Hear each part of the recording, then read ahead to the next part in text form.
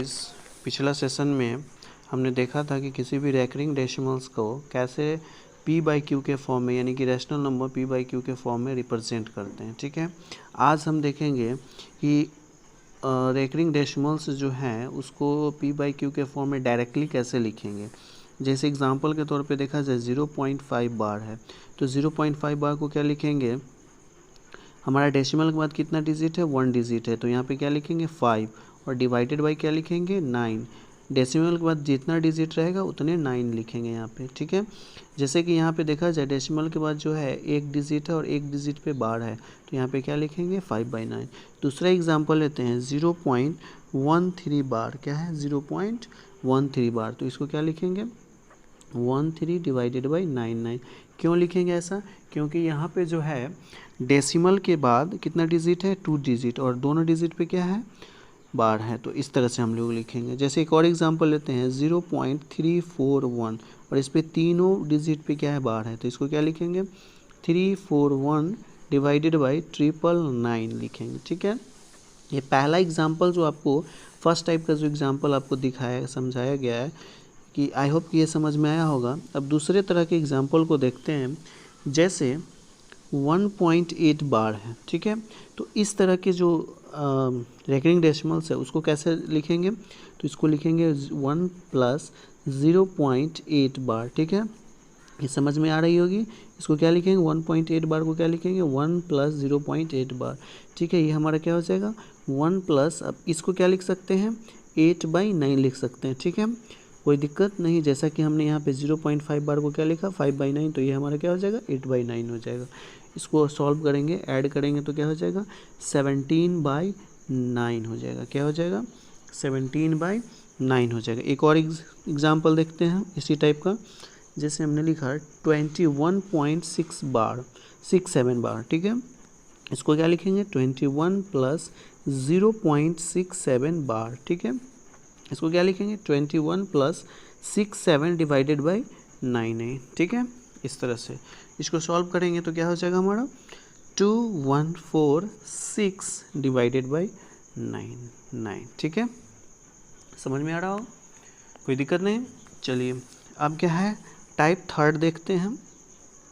जैसे लिखा है 0.127 और ये 27 पे बार है। ठीक है, तो इसको कैसे लिखेंगे, इसको लिखने के लिए जो डेसिमल के बाद जो डिजिट है उसको एज इट इज़ लिख देंगे और जो इस पे बार नहीं है उसको -1 लिखेंगे इस, और क्या करेंगे जितने डिजिट पे बार है उतना 9 लिखेंगे और जितने पे नहीं है उतना 0 लिखेंगे। तो यहाँ पे एक डिजिट पे बार नहीं है तो यहाँ 1 लिखेंगे 10। ये कितना हो जाएगा 126 डिवाइडेड बाई 990। इसको करेंगे तो ये क्या हो जाएगा 7/55। ठीक है, एक और एग्जाम्पल इसी टाइप का देख लेते हैं, जैसे कि 0.3578।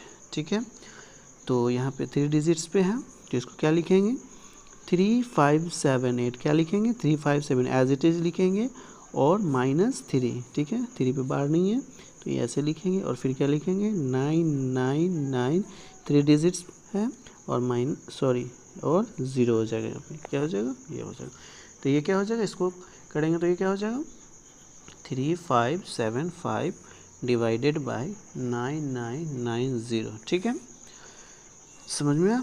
एक और एग्जांपल देख लेते हैं 0.7435 बार। ठीक है, इसको कैसे करेंगे, इसको करेंगे कैसे, इसको लिखेंगे 7435 -74। ठीक है, 74 पे बार नहीं है तो -74 लिखेंगे। ठीक है, डिवाइडेड बाय कितना 2 डिजिट पे है तो यहाँ पे 29 और 2 पे नहीं है तो 20। ठीक है, इसको सब्ट्रैक्ट करेंगे तो कितना हो जाएगा 7361 डिवाइडेड बाई 9900 हो जाएगा। ठीक है, ठीक है, एक और देखते हैं, एक और एग्जांपल देख लेते एक टाइप का। जैसे अगर लिखा है 2.127 बार। ठीक है, तो इसको क्या लिखेंगे 2 प्लस 0.127 बार, इस तरह से लिख सकते हैं।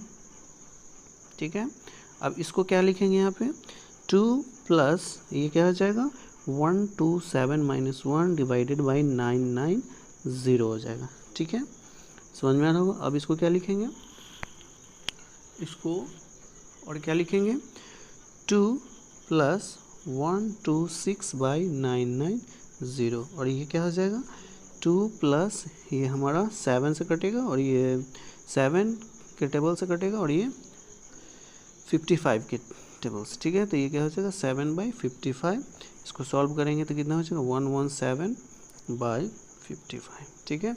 इस तरह से क्या करते हैं, कोई भी जो रैकरिंग डेसिमल्स है उसको हम p/q के फॉर्म में यानी कि रैशनल नंबर p/q के फॉर्म में लिख सकते हैं, ठीक है।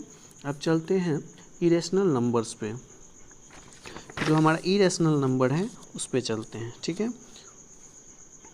इरेशनल नंबर किसको कहते हैं, a number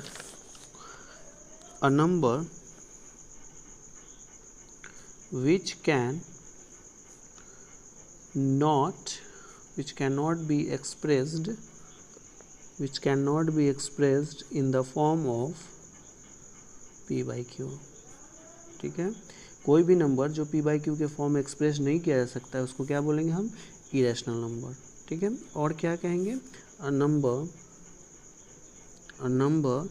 which can neither be expressed as a terminating decimal nor a recurring decimal, ठीक है, recurring decimal, ठीक है, डेसिमल, और ये क्या कह सकते हैं एज अ रिपीटिंग डेसिमल, जिसको हम ना तो रिकरिंग डेसिमल, ना ही रिपीटिंग डेसिमल और ना ही टर्मिनेटिंग डेसिमल के फॉर्म में एक्सप्रेस कर सकते हैं, वैसे नंबर को क्या बोलेंगे हम, इरेशनल नंबर बोलेंगे, ठीक है। इसका मतलब है जो इरेशनल नंबर्स होता है, जो इरेशनल नंबर्स जो होते हैं वो क्या होता है, नॉन रिपीटिंग होता है, ठीक है, नॉन टर्मिनेटिंग होता है, टर्मिनेटिंग डेसिमल्स होते हैं, ठीक है। जो इरेशनल नंबर्स होता है वो क्या होता है, नॉन टर्मिनेटिंग और नॉन रिपीटिंग डेसिमल्स होते हैं, ठीक है।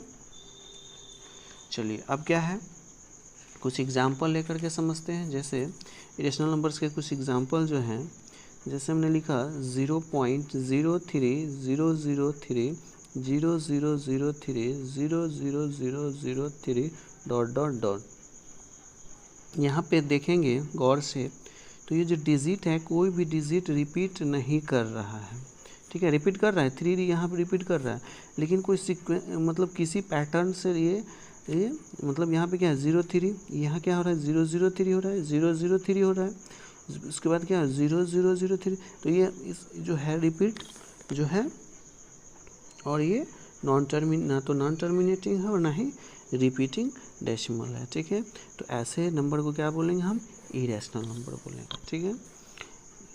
एक और एग्जांपल लेते हैं, जैसे रूट के अंदर कोई भी नंबर पॉजिटिव इंटीजर, जैसे √2 हो गया, √3 हो गया, √5 हो गया, √7 हो गया, √6 हो गया, ये सब क्या है, इरेशनल नंबर्स हैं। मतलब जो परफेक्ट स्क्वायर नहीं होते हैं, जो परफेक्ट स्क्वायर नहीं होते हैं, नॉट अ परफेक्ट स्क्वायर, उसको हम क्या बोलते हैं, इरेशनल नंबर, क्या बोलते हैं, इरेशनल नंबर। और जो परफेक्ट स्क्वायर होता है, जैसे रूट के अंदर 4, तो इसका क्या होगा 2, तो ये क्या होगा, परफेक्ट स्क्वायर है, तो ये परफेक्ट स्क्वायर क्या होगा, रैशनल नंबर होगा, ठीक है। उसी तरह जो परफेक्ट क्यूब होता है वो क्या होता है, जो परफेक्ट क्यूब होता है और एक नॉट परफेक्ट क्यूब होता है, तो जो नॉट परफेक्ट क्यूब होता है वो क्या होगा, इरेशनल नंबर होगा, not perfect cube irrational numbers होंगे, ठीक है। अब एक बात करते हैं पाई के बारे में। जैसे पाई क्या है, पाई एक इरेशनल नंबर है, ठीक है। अगर आपसे कोई पूछता है कि पाई क्या है, तो पाई इज़ एन इरेशनल नंबर, ठीक है। क्यों इरेशनल नंबर है, क्योंकि पाई का जो वैल्यू है वो एग्जैक्ट 22/7 नहीं होता है, पाई का जो एग्जैक्ट वैल्यू है वो 22/7 नहीं होता है, ठीक है। पाई का जो वैल्यू है क्या है, एग्जैक्ट 22/7 नहीं होता है, ठीक है। इसलिए पाई को क्या बोलते हैं, पाई का जो वैल्यू है वो क्या होता है, पाई का जो वैल्यू वो क्या होता है, नॉन टर्मिनेटिंग और नॉन रिपीटिंग होता है, ठीक है। इसलिए पाई को क्या बोलते हैं, इरेशनल नंबर, और 22/7 को क्या बोलते हैं, रैशनल नंबर बोलते हैं, ठीक है। चलिए अब क्या है कि हम इरेशनल नंबर के प्रॉपर्टीज़ को देख लेते हैं। प्रॉपर्टीज़ ऑफ इरेशनल नंबर्स, ठीक है। जो पहला प्रॉपर्टी है वो ये कहता है कि इरेशनल नंबर जो है वह कम्यूटेटिव, एसोसिएटिव और जो है डिस्ट्रीब्यूटिव लॉज को फॉलो करता है एडिशन और मल्टीप्लिकेशन के लिए, ठीक है। क्या करता है, irrational numbers satisfy the commutative, associative and distributive laws for addition and multiplication, ठीक है। एडिशन और मल्टीप्लिकेशन के लिए ये जो है सेटिस्फाई करता है, ठीक है। जो लॉज हैं, कम्यूटेटिव हो गया, एसोसिएटिव और डिस्ट्रीब्यूटिव लॉज जो है वो एडिशन और मल्टीप्लिकेशन के लिए इरेशनल नंबर को सेटिस्फाई करता है, ठीक है। दूसरा जो है प्रॉपर्टी वो ये कहता है कि किसी भी दो इरेशनल नंबर्स को अगर ऐड करते हैं तो क्या है, ज़रूरी नहीं कि वह इरेशनल नंबर ही हो। जैसे अगर बात करें 2 + √3 की, तो 2 + √3 को अगर ऐड करें 4 - √3 के साथ, तो √3 और √3 कट जाएगा, कैंसिल हो जाएगा, और ये क्या हो जाएगा 6, जो कि क्या है, रैशनल नंबर है, ठीक है। उसी तरह किसी भी दो इरेशनल नंबर्स को, यदि किसी भी दो इरेशनल नंबर्स का यदि डिफरेंस निकालते हैं तो ज़रूरी नहीं कि वो क्या होगा, इरेशनल नंबर होगा। जैसे एग्जांपल, किसी भी दो इरेशनल नंबर को डिवाइड करेंगे तो ज़रूरी नहीं कि क्या हो वो इरेशनल नहीं हो। जैसे अगर √2 को अगर √3 से डिवाइड करेंगे तो √3 कटेगा, क्या बचेगा 2, जो कि क्या है, हमारा रैशनल नंबर है, ठीक है। चलिए अब बात करते हैं इसका कुछ और प्रॉपर्टीज़ का, कि जो सम होता है रैशनल नंबर्स का, सम ऑफ अ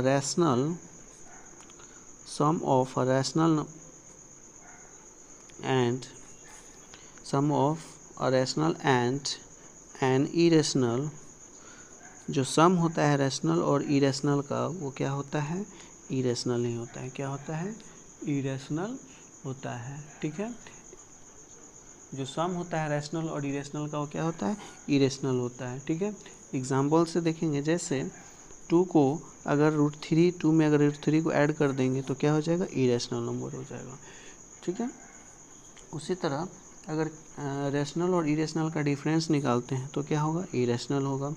और उसी तरह क्या होगा, रैशनल और इरेशनल को अगर मल्टीप्लाई करेंगे तो हमारा क्या देगा, इरेशनल देगा, ठीक है। चलिए अब जैसे मान लेते हैं कि x और y दो पॉजिटिव